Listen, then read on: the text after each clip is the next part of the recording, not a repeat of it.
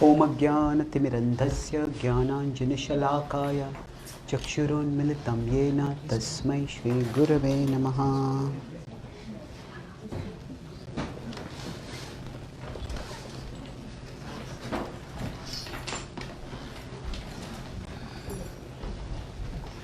So thank you very much for coming today.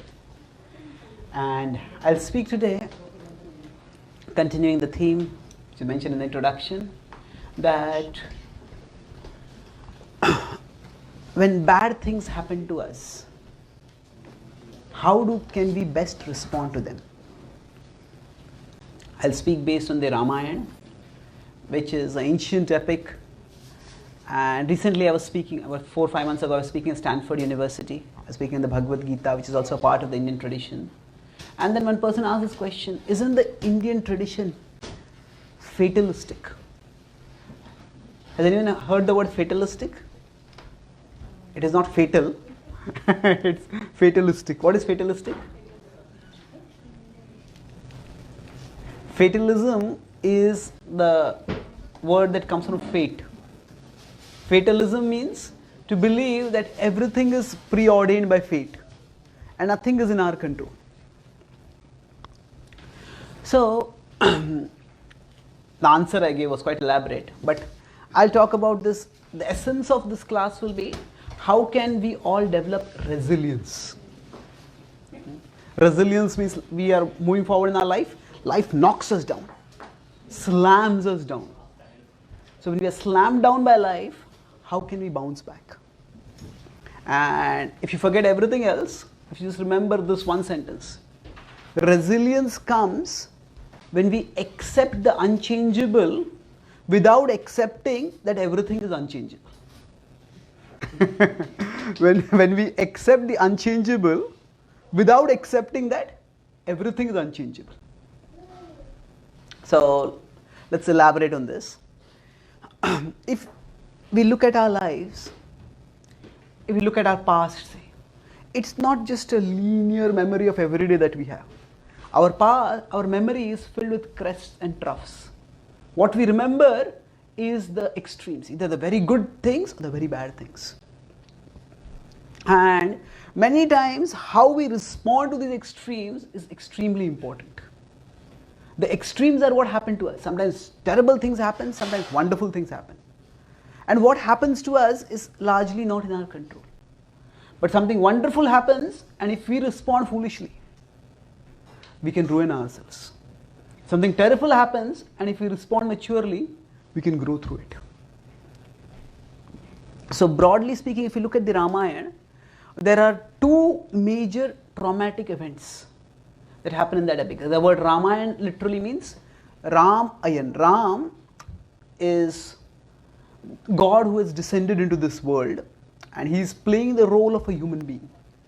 The Ramayana doesn't focus on Ram primarily as God, it focuses on him as an ideal human being.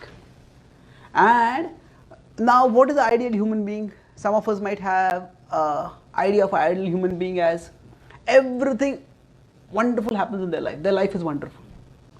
But if you look at Ram's life, it's filled with disasters. And what is ideal about him is how he responds to them. So Ayan is the journey. So Ramayan is the book that describes the journey of Ram. And there are 2 major traumatic events that happen in his life, and we'll see how he responds to them and how that can help us to learn resilience. So the first major incident is he's a prince. He's by the principle of primogeniture, being the eldest, he's supposed to become the prince regent and then the king. And just on the night on the eve of the day when he's going to be pronounced as the prince regent and then the king, there's a conspiracy. His stepmother conspires against him and pressures her husband, his father, to have Ram exiled into the forest for 14 years and to have her own son enthroned as the prince regent and the king. Now exile is a terrible punishment. Exile is just, among all punishments, the worst is execution. Your life itself is taken away. Exile means everything except your life is taken away. And maybe most of you are Indians who are here in America, maybe we can get some idea of some small fraction of what exile would be like is if our visa is not extended.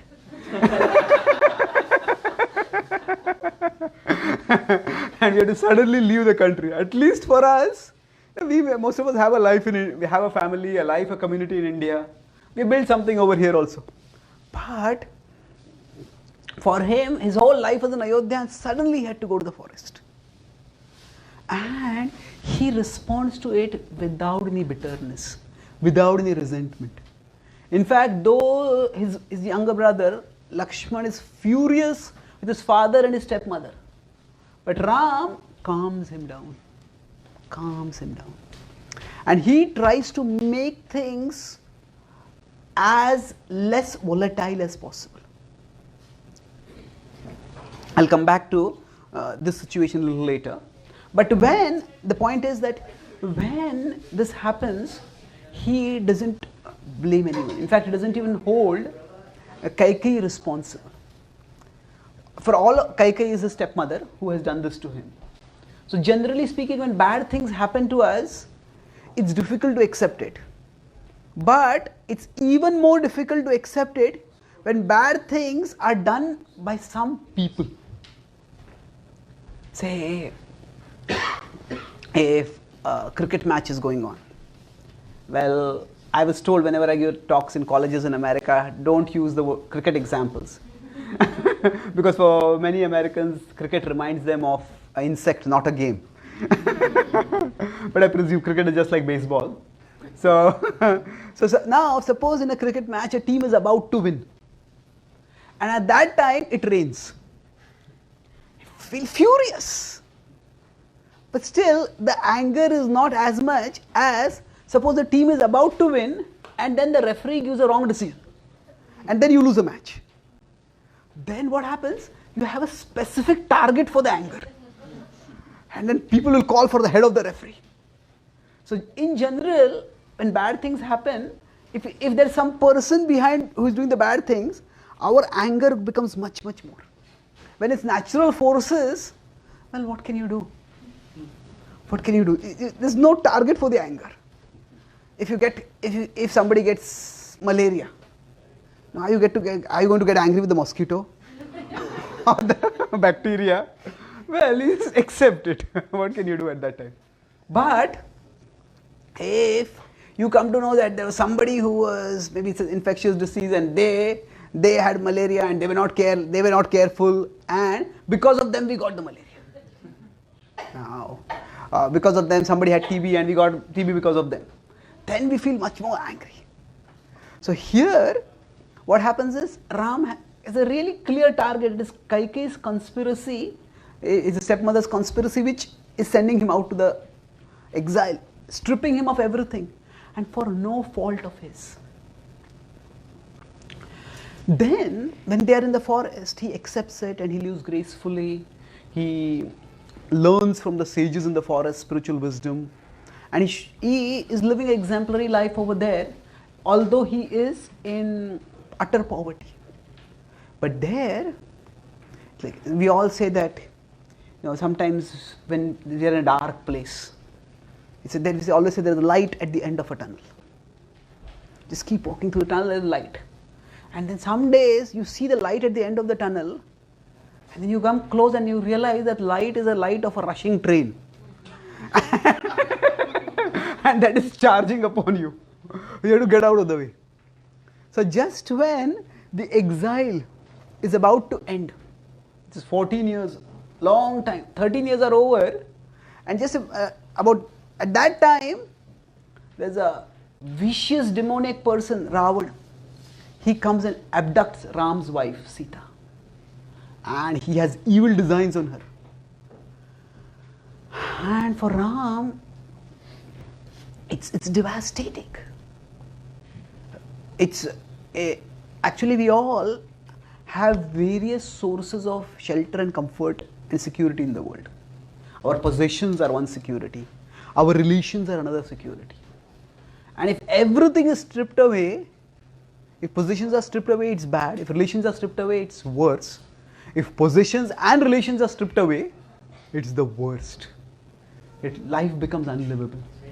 So for him, when this happens, it's devastating. Now, he at that time, he searches around and finds that Ravan is a very powerful demon, and Ram has to assemble almost a ragtag army, because he doesn't have royal resources with him. He has to assemble a ragtag army, and he fights against Ravan, and he gets Sita back.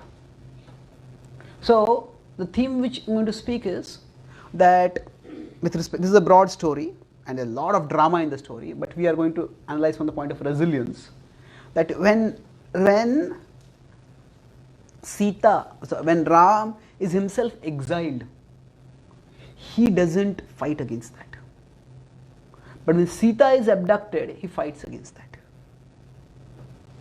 So one of the interesting reasons he gives, he says that when he is himself exiled and his brother is furious, he says, this is the will of destiny.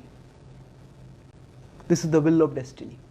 Now the idea of destiny or something correlate is there in almost every tradition in the world. Sometimes it's called fate. In the Arabic tradition, it's called kismet, and in South America they have a different name for it. Russia has a name for it. The idea that some things are just meant to be, and they're going to happen, and we can't avoid them. So he accepts that as destiny, his own exile. But when Sita is abducted, he doesn't accept that as destiny. He fights against it. So when bad things happen to us, I said that resilience means to accept the unchangeable without accepting that everything is unchangeable. So usually we can have broadly two responses. So fatalism is the idea that nothing is changeable, that everything is predestined. And this is counterintuitive. Nobody lives like that.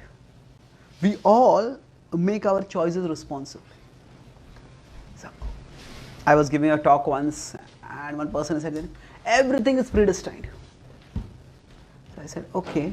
Was you are asking this question also predestined? He said, yeah, it's predestined. Okay. Then, he said, is my answer also predestined? Okay. He said, yes, of course it's also predestined. And why are you asking the question? He said, I want to prove that everything is predestined. So he says, how will you prove it? If I say I won't answer the question, you will say that it was predestined, you won't answer the question. If I answer the question, you will say you're predestined to answer this question. So, predestiny, if you take it like that, predestination, it's a conveniently non-refutable doctrine. Whatever happens, you say that was what meant to happen. But how does that help us practically in making choices? So the point is that there is a certain amount of truth to it. That in life, there are certain things which are not in our control. If we consider broadly the world civilizations in two, although civilizational categorization like this is often an overgeneralization, but if you say the Eastern civilization and Western civilizations have largely focused on acceptance of the unchangeable. And Western civilizations have, especially the modern civilization, has focused more and more on emphasis on the changeable. Now, acceptance of the unchangeable can be taken to an extreme where we start accepting that everything is unchangeable. And emphasis on the changeable can be taken to an extreme where we start believing that everything is changeable. Now, some things are just not changeable. We are all born, say, with a particular skin color. Whatever we do, we can't change that. We can try plastic surgery or whatever, But there are limits to it. So, one of my friends who's been in America for many years, he said that Indian kids who grow up in America, they are like coconuts. I said, what do you mean? He said, a coconut is brown externally and white internally.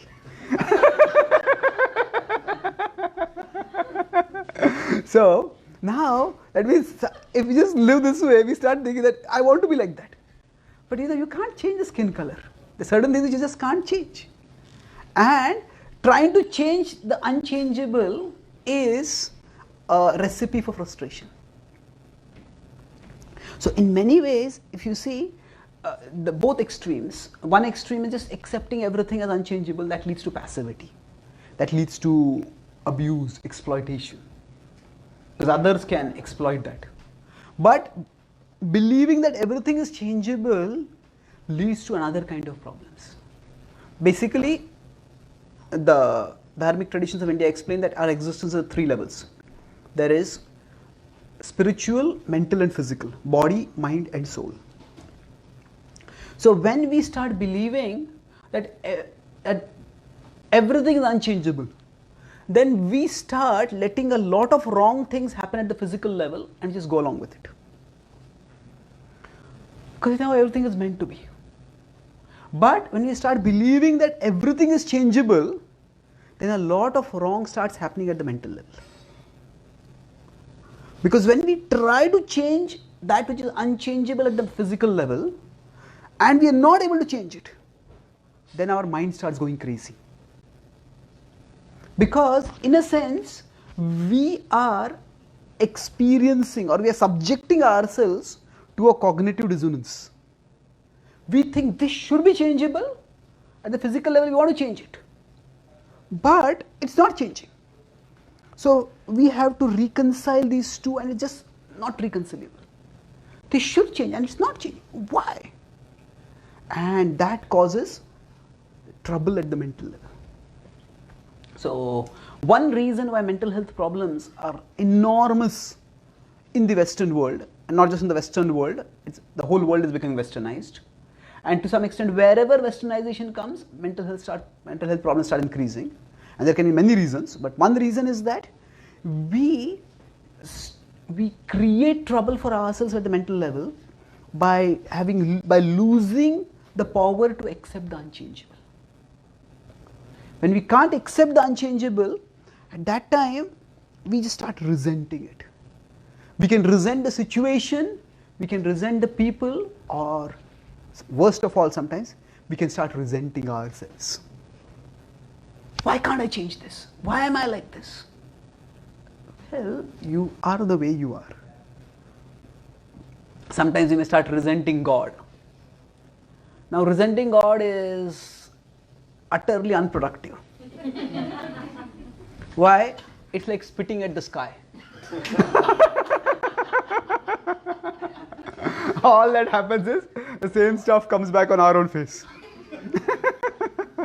So that's unproductive, but we may resent others. Now, why are you like this? Why are you not like this? Or we may resent ourselves. And all this resentment, it just creates huge amount of negativity within us. So just as changing the changeable is a power, changing the changeable requires power, accepting the unchangeable also requires power. We often think of willpower in terms of somebody's capacity to change things. But we need to recognize and celebrate even the willpower to accept the unchangeable. Because that is also not easy. Because we are a more action-oriented civilization. Our whole focus is on changing things at the physical level. And that's why if somebody changes things at the physical level, we think, oh, it's so great. Yeah, it requires great effort, no doubt, to change things at the physical level. But when things are not changeable at the physical level, accepting them also requires great strength. And if we can have that strength, we will find that we will become much stronger. We will become much wiser. We will become much more effective in our life. Our inner energies won't be dissipated. in our own cognitive dissonance, in our own internal conflict. So how do we go about this? Now why does Ram accept one as destiny and the other not as destiny? It is based on purpose, duty or purpose. You could say that he considers that I am the son of my father and I want to obey. My duty is to serve my father. So I could serve him by rising on the kingdom, rising on the throne, ascending the throne, and I can serve him by going to the forest. Whichever way, both ways I am serving him. And if this is the service called for me, it's difficult, but I'll do it. Now when his wife is abducted, at that time, he thinks, what is my duty now? My duty is, I have to protect my wife. And for that, I have to fight. It's required. So the idea is that if we start obsessing over, okay, what exactly is changeable and what is not changeable, sometimes we may hear that, okay, this is not working, but let me keep trying again and again and again and again. And we may hear stories of somebody who tried hundreds of times and then finally they succeeded. So we say, keep trying. Even if it's not changeable, maybe you can change it. Try. So how do we decide? So that decision is based not so much on our perception of the changeability or unchangeability of the situation. That decision is based on our own purpose. What is it that is important for us? What is it that we are meant to do? What is our purpose in life? And for most of us today, we are not really educated about how to find our purpose in life. And when we all try to come up with some purpose for ourselves. Okay, I want to do this, I want to do that, maybe I'll try this, maybe I'll try that. And when it is purpose that provides perspective. Purpose provides perspective. So if you are going for a very urgent, important meeting in your college, and at that time, while you are driving your car, somebody cuts across you. You may feel angry, you may feel like yelling at them, you may even feel like bringing the power of law on them, maybe complain to the police or whatever. But if you find that that will take a lot of time for you, then just forget it. It's not too important for you. Okay. So if say you are just going for fun, just going for a ride for pleasure, and then somebody comes and interrupts your pleasure, and you'll be furious. So, see, if we don't have anything to fight for, we won't stop fighting. If we don't have anything to fight for, we will fight for anything. So, what happens is that which things are worth fighting for, which things are not worth fighting for. That we cannot decide when the fight starts. We have to have decided before what is important in my life. And then when a particular fight erupts, is this really important for me? Does this matter for me? Now sometimes it matters. And when it matters, we do have to fight. So sometimes we work to change things, sometimes we just tolerate things and move on. So what is our purpose? And that is something which is both subjective and objective. Nowadays, see, traditional society, it was more or less objective, in the sense that traditional society was very hierarchical and structured. One's birth more or less determined their life trajectory. If somebody is born in a particular social class, then that's what they're going to do through the rest of their lives. In some ways it was discriminatory, because some people would be deprived of certain opportunities. But in some ways it was also stable.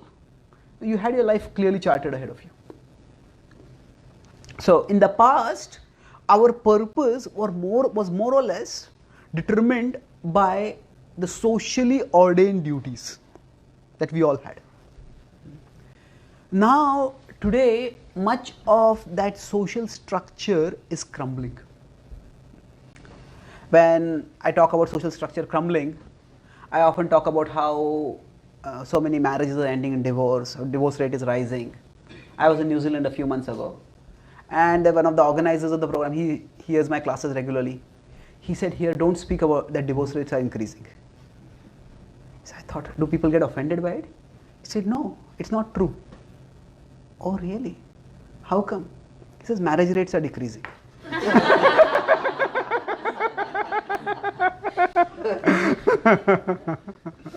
So, many of the social structures that are here, they are actually, the social structures that brought stability to people's lives are crumbling today.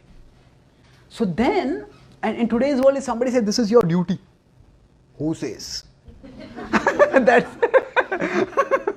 the typical response. If anything, you're told to do it. I say, why? So I saw a caricature of a Christian theme. He said that actually, there's a whole story of the forbidden apple. That God told Adam, don't eat this apple, you can eat everything else. And then Satan came in the form of a snake and tempted Eve and Adam, and they ate the apple, and then that caused a disaster. So this cartoonist said that actually it was not Satan's mistake, it was not Adam's mistake, it was not Eve's mistake, it was God's mistake. This is why? He said God should have forbidden Adam from eating the snake. So whatever is forbidden, you will do that. So devil would have been destroyed and life would have gone on nicely. So of course that's a caricature, but the point is that as soon as we are told do this or don't do this, he says, who says so? Why should I not do this or why should I do this? So now because of this, so in the past our duty was more or less what we are meant to do, our purpose was objective, it was determined by society. Now today it has become very subjective.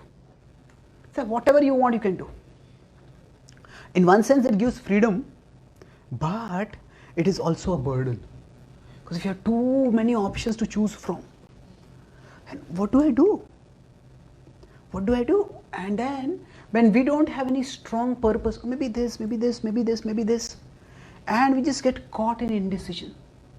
And when we don't have any strong purpose, then we can't decide which battles I should fight and which I shouldn't fight. And then we fight based on impulses. This, how dare you do like this? And sometimes if you look back at our lives, have you noticed that now you get very angry with something and you yell at someone and a big thing happens, and afterward you start thinking, why did I do all that? Has any of you had that experience? Was it really worth doing all that? So what happens is, because often our purpose is not very clear, it's not very strong in our mind. Today's society has made purpose entirely subjective. You just decide what you want to do. And then, when purpose is very subjective, then that purpose of, so few people might really be focused and this is what I want to do in my life. And if they are like that, that's good. But if that is not strong, then we start fighting over small things. So, what is changeable, what is not changeable, we can't know in advance. But instead of asking that question, what is changeable and what is not changeable, we can ask the question, what is worth changing?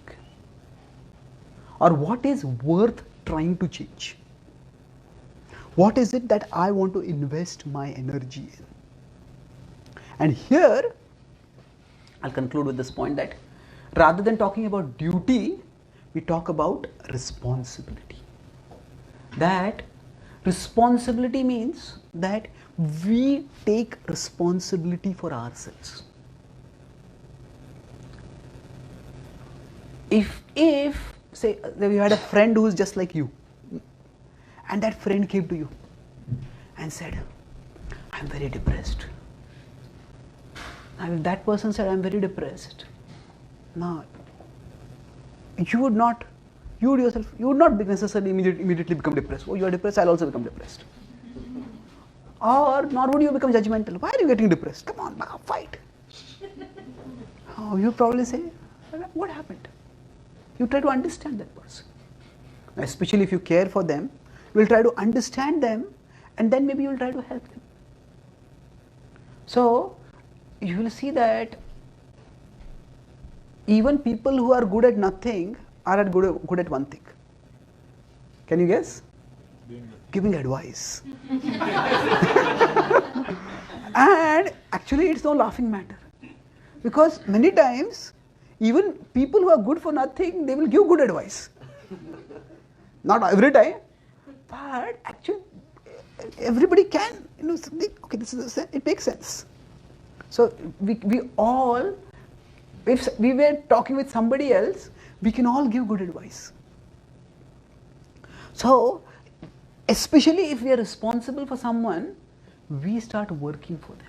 We start really getting concerned. We try to guide them. It's when we feel responsible, somehow responsibility brings out the best within us. I met a lady in America, New York. I was giving a talk. She said that she has got a mission for her life. I said, what is her mission? She says, it's make America cook again. Make America cook again. Cook. So he says, people don't cook at home. Cook at home. So I said, what inspired her? He said, I would never cook. I would always get food. And then he said, I had a pet dog, and she was terribly sick. And we tried this medication, that medication. I loved the pet dog, and she was terribly sick. And somehow nothing was working. And then once my parents and some elders had come and they had insisted they wanted to cook food, so I had cooked some food. And they took some of it, and something was remaining. And my pet dog took it. And it's not a pet dog, it's a pet cat. The pet cat, she took it, and she liked it, and she liked it. She ate it all up. I could see she became so bright. So from that day, I decided I'll cook for my pet cat. And he said that after he started cooking, within 3 months, he says, my cat's doctor was amazed. How has she become so healthy? So then I thought, I'm cooking for my pet cat. Let me start cooking for myself also.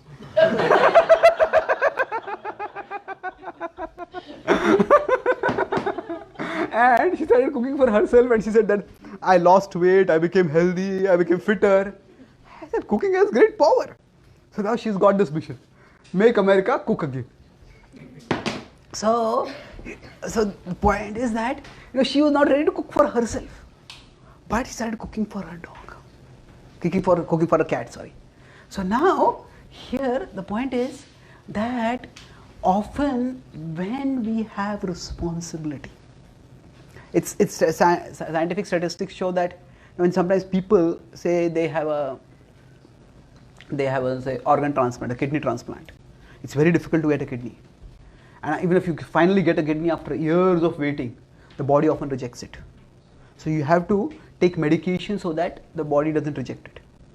And almost 70% of kidney transplants fail because people forget to take the medicines. They wait years and years, and lot of effort, lot of money, lot of pain goes to do a transplant, and they neglect it. But it's found that if people have a pet and their pet is sick, people don't forget to give medicine to their pet. They may forget to take their own medicine. They don't forget to give medicine to somebody whom they are responsible for. So the point here is, responsibility brings something good out of us. Now, this same principle, if we can turn toward ourselves, that means take responsibility for yourself. If, as I said, if you had a friend like you, instead of look at yourself objectively. Okay, this is the person here, and okay, they have these strengths, these limitations, they are in this situation, these are their opportunities. Just look at them, and look at yourself from an objective perspective and take responsibility. Okay, in this situation, what can I do the best? And if we take responsibility for ourselves, then we'll make a plan. Okay, this is what is important for me, this is what I want to focus on. And once we start taking responsibility for ourselves, that this is what is my ability, this is what is my interest, these are my resources. Let me work on this. Now, once we start doing that, then we'll find that our resentment will start going down. Because there are things which are unchangeable, but there are things which are changeable also. So the mind, I talk about the mind as the third intermediate between consciousness and body. So the mind often overpowers us by making us believe that we are powerless. Sometimes we feel, I am in such a situation, I just can't do anything about it. I am powerless. There's nothing I can do. Have any of you felt like this? Anytime? Yes. Now, when we feel like that, I just can't do anything about the situation. We can ask ourselves a counterintuitive question. Can I make the situation worse? What? Who wants to do that? This is terrible already. Yeah, of course, nobody wants to make it worse. But can we make it worse? No situation, however bad it is, ever takes away our power to make it worse.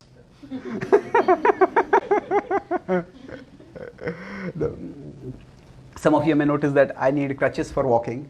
I have polio in one of my feet. Now it's incurable, I can't change it. I can't improve that in any way. But I can take a hammer and crack my other knee. Obviously I won't and I shouldn't. But no matter how bad a situation is, we can always make it worse. And if we can make things worse, then we are not as powerless as we think. If we can make them worse, then we can make them better also.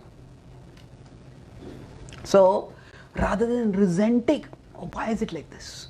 Okay, this situation is like this, and in this I can't change this, I can't change this, I can't change this. But what can I change? And more than what can I change, what is worth changing for me? What is important for me? So once we have our purpose clear, then we may be able to, once we take responsibility, okay, this is what I want to do. This is the ability this person has, and this is what can be worked on. Once we take responsibility, then we will find that we will be able to decide what to try to change and how much to effort to put it in. So once we start taking responsibility for ourselves, we will find that each one of us has the power to create a better life for ourselves. So life determines our problems, but we determine the size of those problems.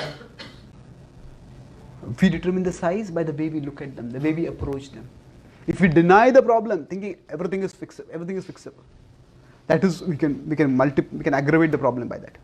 But if we let ourselves think the problem is everything and my life is ruined, both extremes, thinking that the problem is no problem and thinking that the problem destroys everything, both attitudes will make things worse, will make the problem bigger than it needs to be. But rather than focusing on the problem, we focus on the purpose. What is it that I want to do in my life? And what I want to do, how can I keep doing it? How can I move forward in doing it? What steps can I take? And I said this last point was take responsibility. And one way to take responsibility is to, at one level when we are envisioning, we think big. But when we are executing, think small. Envisioning means, okay, what can this person who is here, what can this person become? What can this person do? Think big. But while executing, think small. Think small means SSS, small, simple steps. Okay. Right now in this situation, is there something I can do which will make things worse? Of course there is. Okay. Now for the next 1 hour, can I make sure that I won't do it?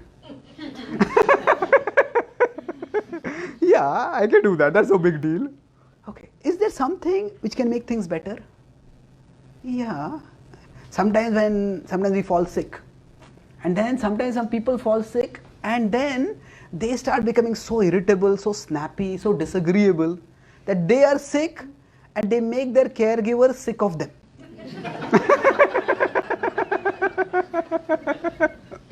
So, okay, can I do something better? Maybe for the next 1 hour, I'll just be polite. I'll be courteous. I'll try to be kind. Small things.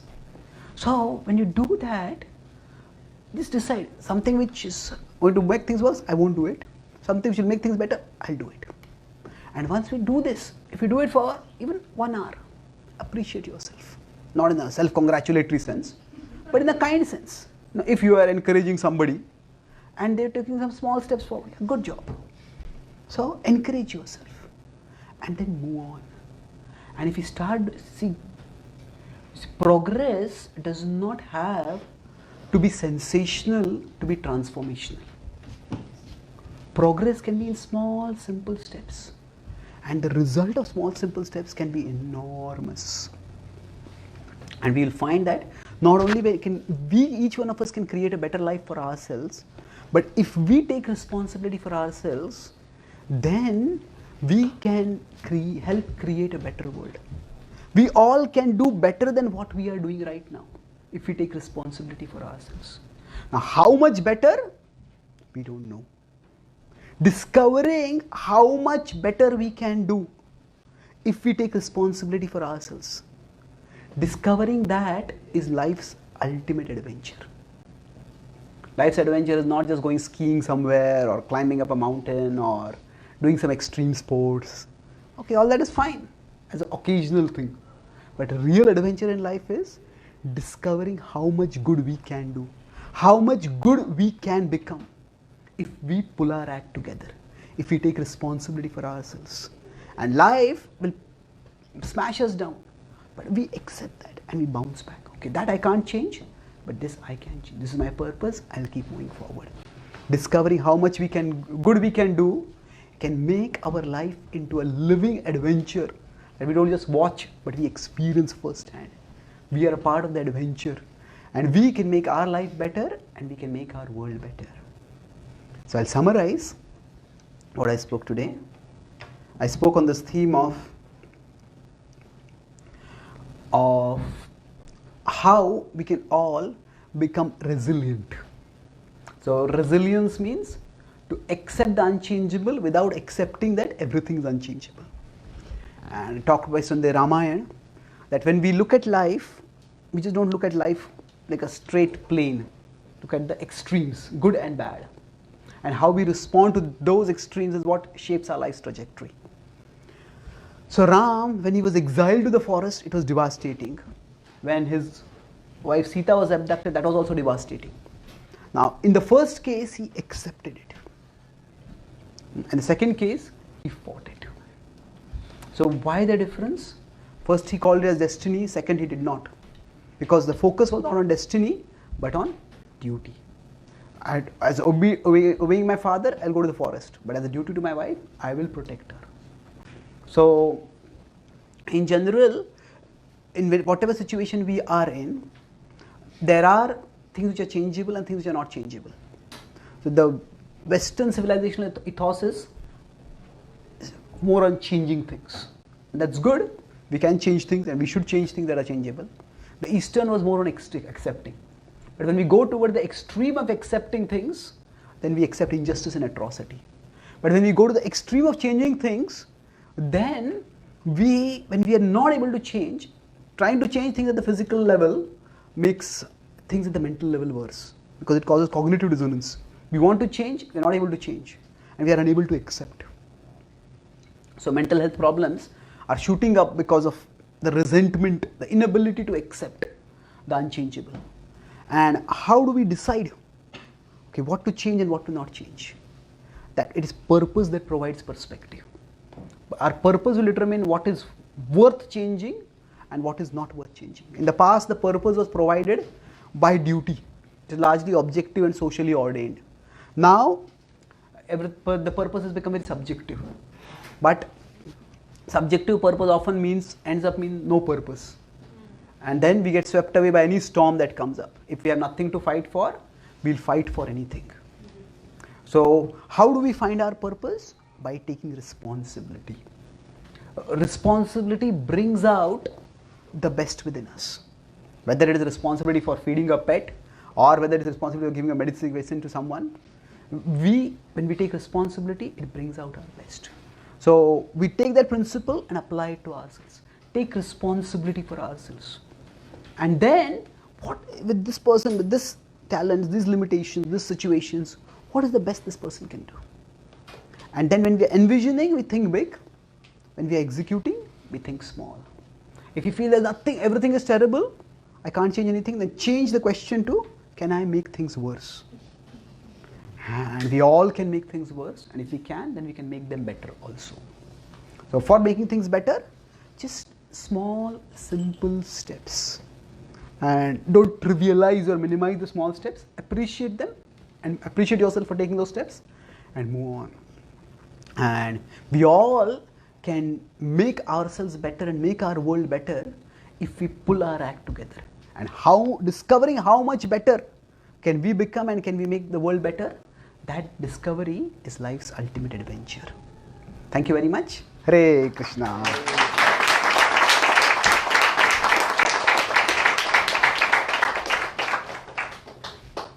Any questions or comments?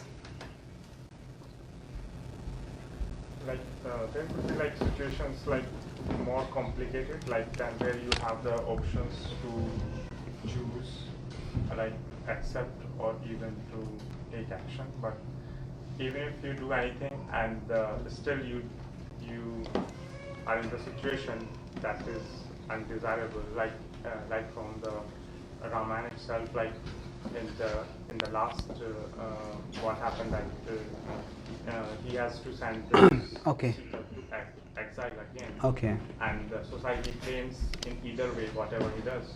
So in such situation, what? Okay. So if we are in a situation that is lose-lose, whatever we do, we are going to be blamed for it, and there's just nothing we can do to make things better, then what do we do? Yeah, it's tough. It's a translating philosophy or translating any principle into real life. It requires a lot of intelligence, a lot of experience, a lot of maturity. But the point is, the principles are like a compass. Just because we have a compass doesn't mean our ship can sail easily to that place. There can be storms in the way. But a compass at least knows where to go, tells us where to go. If there are storms and there is no compass, it's terrible. But if there's a compass, at least we know where to go. Now specifically how to go about doing it, life doesn't come with any guarantee of right decisions. We can only use our intelligence, our experience, maybe take somebody else's guidance whom we trust, and then make the best decision that we can. And we can only try to improve our decision making process. We can't guarantee the right decision. So we use our intelligence, make a plan, maybe write things down, think them carefully, and then do them. And if things work, good. If things don't work, we learn from it and move on. And in general, if we have written things down properly, if we have thought things through, then we can be determined without becoming stubborn. That means I chose this option and I'm going to stick to it because this is my rationale and this is why I'm doing it. But sometimes things just change completely. Then okay, this decision is not working, I'll move ahead. I'll move to some other course. So we'll be ready for that if we learn to differentiate in this way. If we learn to first get our purposes clear and then get our values. Why am I doing this? Clear. Then once our purposes and values are clear, then the decision that we take, it's like we want to go in a particular direction. So the direction is maybe our physical well-being, our social well-being, our spiritual well-being, the physical, social, spiritual well-being of our loved ones. That's the direction we want to go in. And we take a particular path. And if that path is too crowded, say we start on a particular path with Google, GPS, and then it says first it says 1 hour and after it says 1.5 hours. Then we might have chosen that path, and another path was 1 hour 15 minutes. We chose this. But now just because you have chosen here doesn't mean we'll stick over there.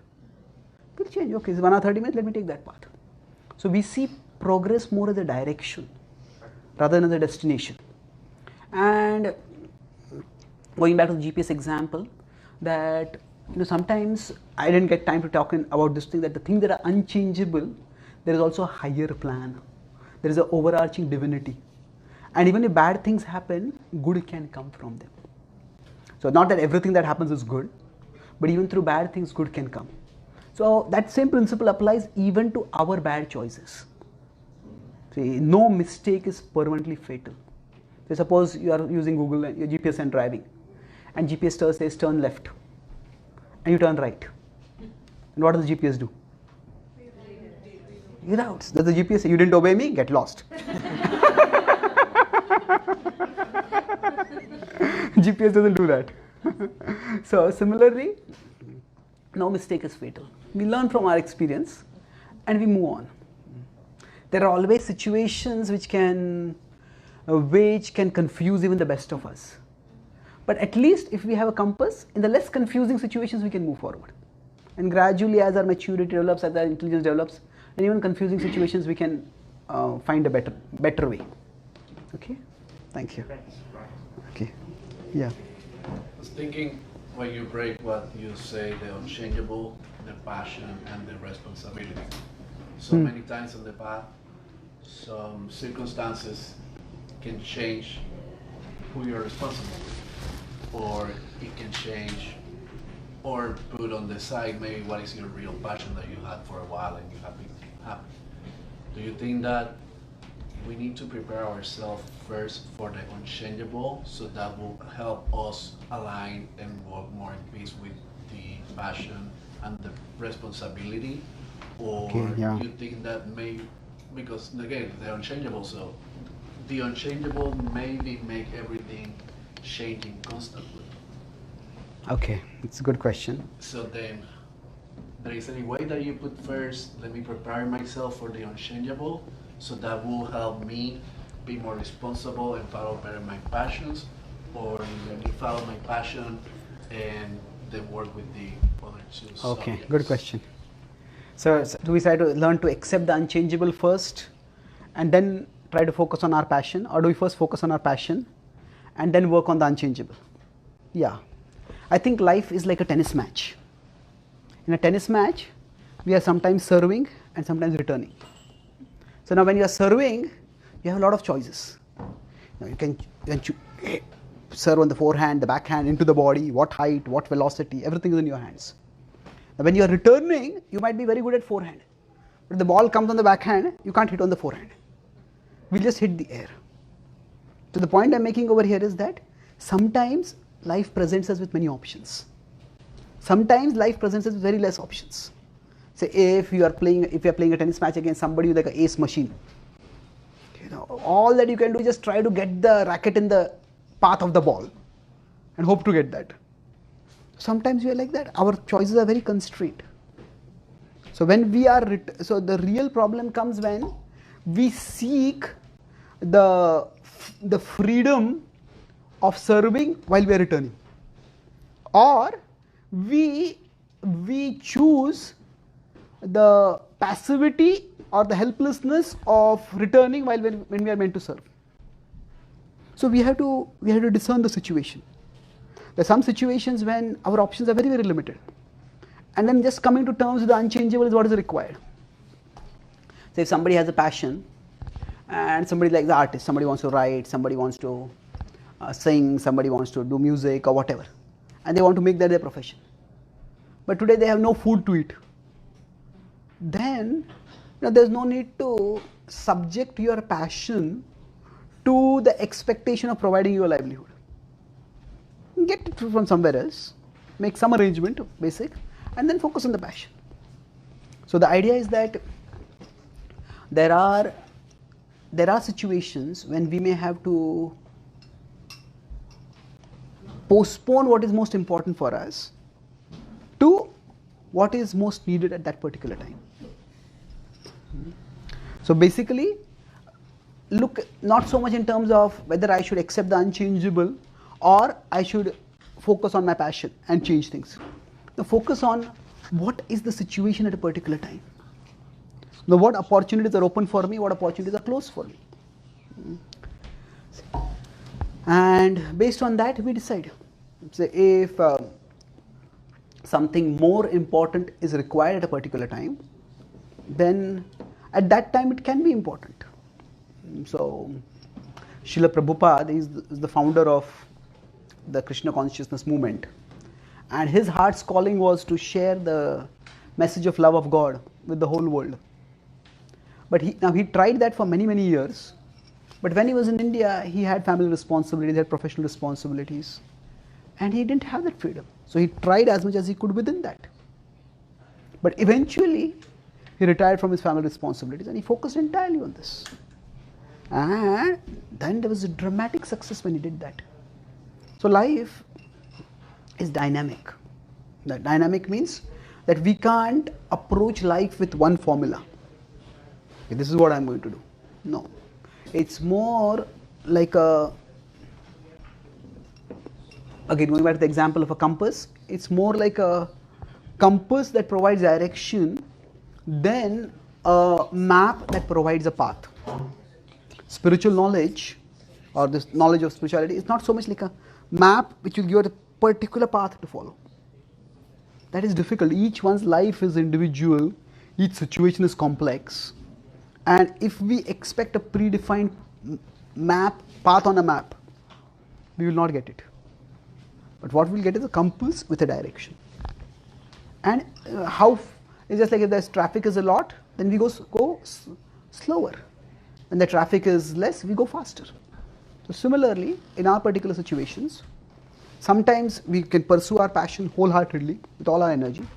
Sometimes we have to pursue it a little more at a low key because situations require other things.